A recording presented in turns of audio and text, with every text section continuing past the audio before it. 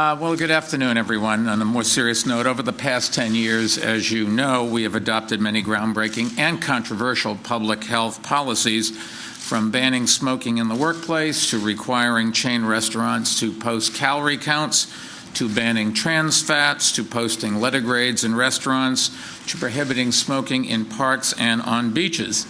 And together, those and many other policies have helped New Yorkers live longer, healthier lives.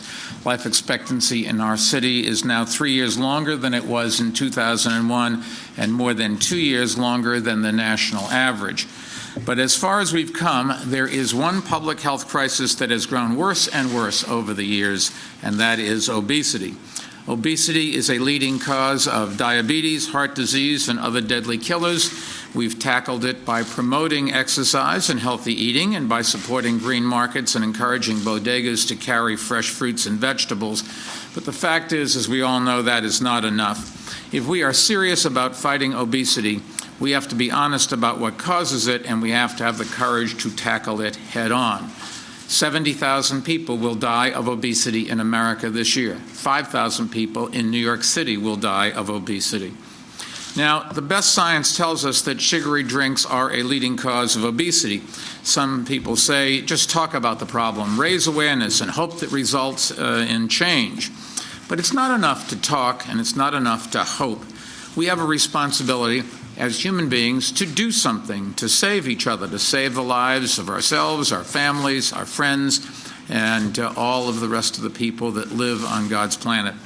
And so while other people will wring their hands over the problem of sugary drinks, in New York City, we're doing something about it. The Board of Health's limit on the serving size of sugary drinks does not limit anyone's consumption. It just requires them to think about whether they really want more than 16 ounces. Remember, for many years, the standard soda size was 6 ounces, not 16. It was 6. Then it became 12, and people thought that was huge. Then it became 16, then 20 ounces. We believe it's reasonable to draw a line, and it's reasonable to draw a line right now. With so many people contracting diabetes and heart disease, with so many children who are overweight and obese, with so many poor neighborhoods suffering the worst of this epidemic, we believe it is reasonable and responsible to draw a line, and that is what the Board of Health has done. As a matter of fact, it would be irresponsible not to try to do everything we can to save lives. Throughout its history, the New York City Board of Health has taken bold action to confront many public health problems. It banned lead paint. It required fluoride to be included in drinking water, and it required calorie counts to be included on the menus of chain restaurants.